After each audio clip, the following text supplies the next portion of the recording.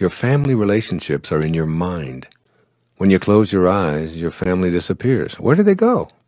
Nowhere, but doing this exercise helps you to recognize that your relatives exist as thoughts in your mind. If the focus of your inner dialogue about your family members is on what they're doing that's wrong, then that's precisely how your relationship with them will be experienced. If your inner speech centers on what's annoying about them, then that's what you'll notice. As much as you're inclined to blame them for your annoyance, it's yours, and it's coming from your thoughts.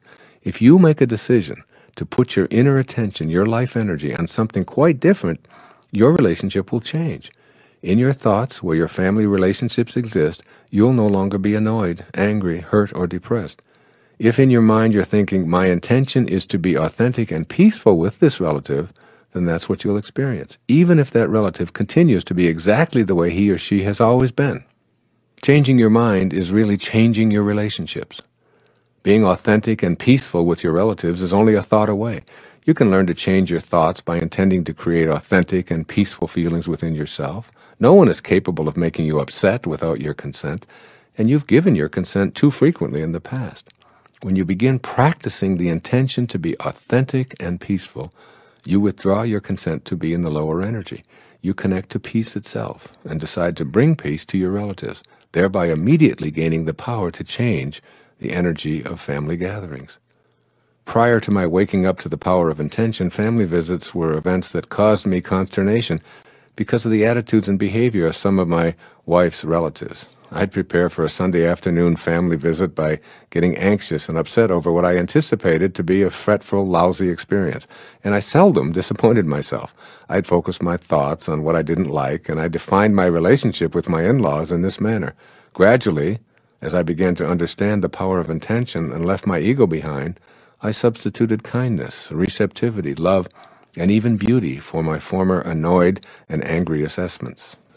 Before family get-togethers, I'd remind myself that I'm what I choose to be in any and all circumstances, and I chose to be authentically peaceful and have a good time. In response to something that used to annoy me, I'd now say to my mother-in-law in a loving way, "I never thought of it that way. Tell me more." In response to what I previously considered to be an ignorant comment, I'd respond, "That's an interesting point of view. When did you first learn about this?" In other words, I was bringing my own intention to be in a state of peace to this encounter, and was refusing to judge them. The most amazing things began to happen. I started looking forward to having these family members at our home. I began to see them as much more enlightened than I'd previously thought.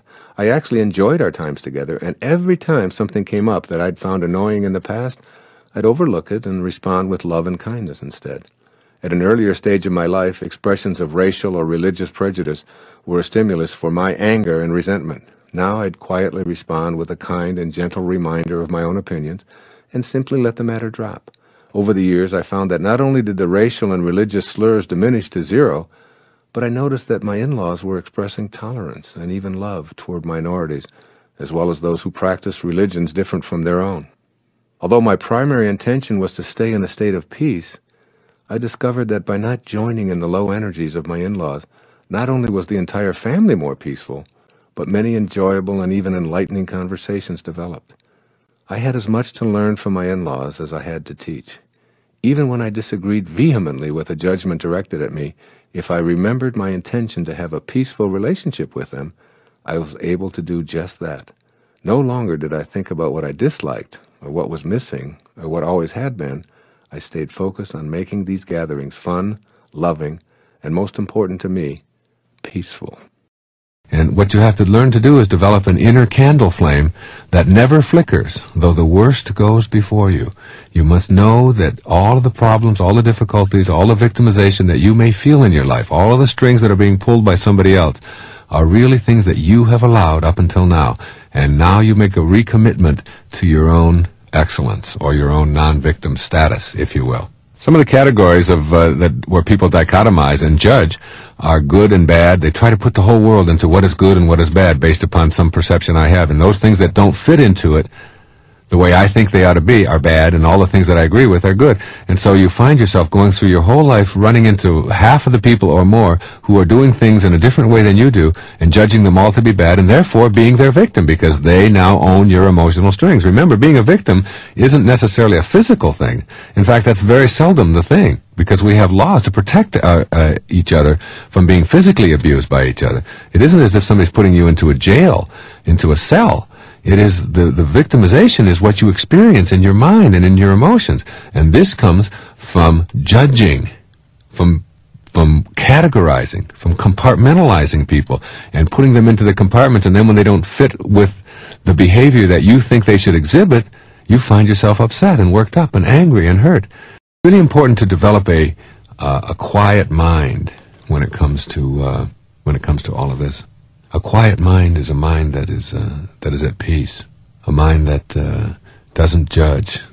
Just because you label somebody else to be something obnoxious or nasty or hurtful doesn't mean that that's what they are. That's just your judgment, and that's your definition of yourself as someone who needs to judge. So learning not to judge and unclogging your mind, if you will, of judgments and negativity and quieting your mind